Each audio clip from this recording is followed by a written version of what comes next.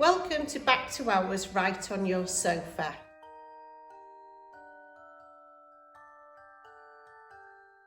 I'm Jen from Bransholme Chat. If you don't know me, you should do. So pop along when we're open and say hello.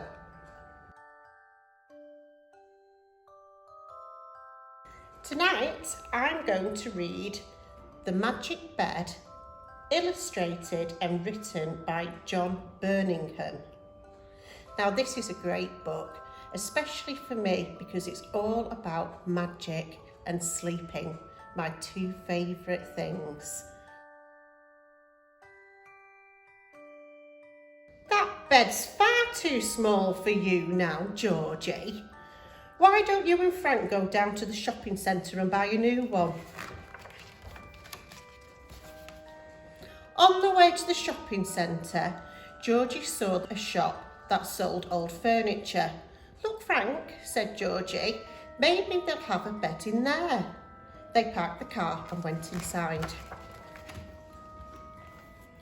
"Do you have a bed that would be right for this boy?" said Frank. Beds, yes, I do have a little old bed somewhere," said the man. After some time, the man found the bed. The lady this bed came from said it was magic. He said, "And you can travel in it." Frank and Georgie bought the bed. They tied the bed to the top of the car and took it home.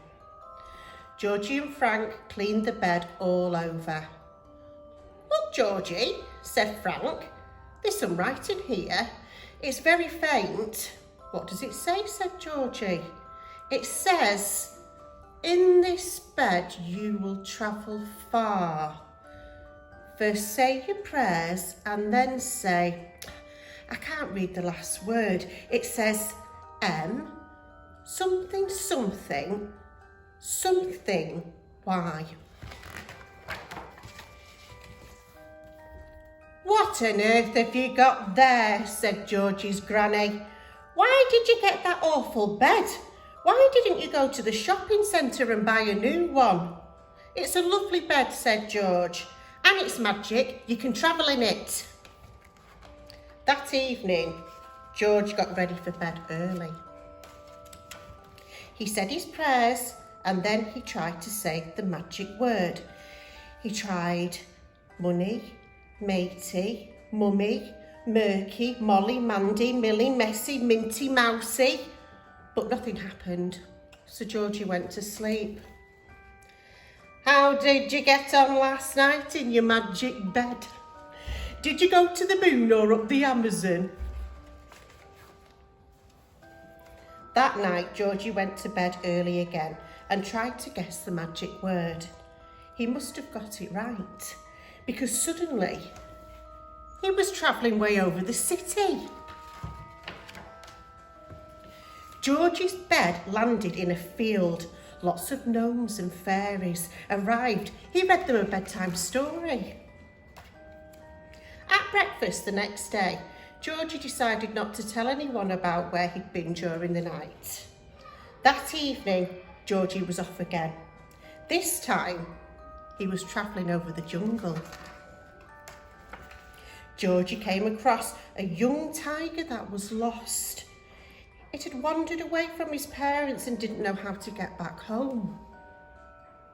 He took the young tiger back to its mother and father, who were very pleased that Georgie had found their child.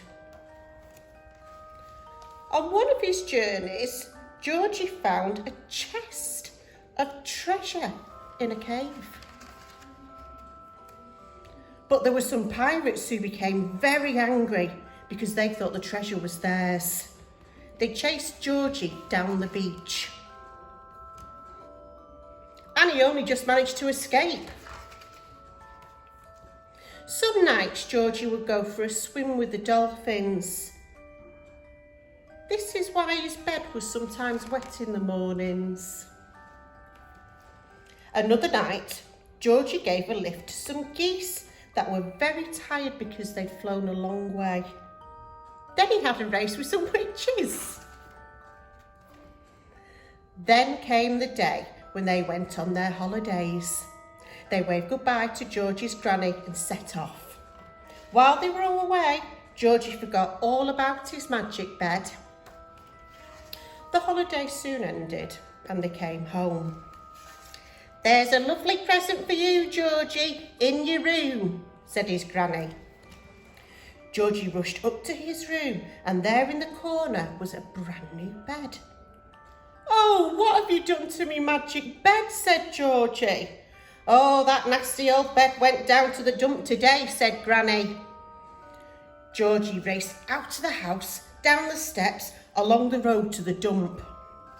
He just managed to get to the gates as the dump was closing. There, on top of a rubbish skip, was Georgie's magic bed. Georgie climbed up into the skip. He leaped onto the bed and said the magic word, and the bed rose quickly into the sky. Now, if you lie very still in your bed and find your magic word, perhaps you could travel far away like Georgie.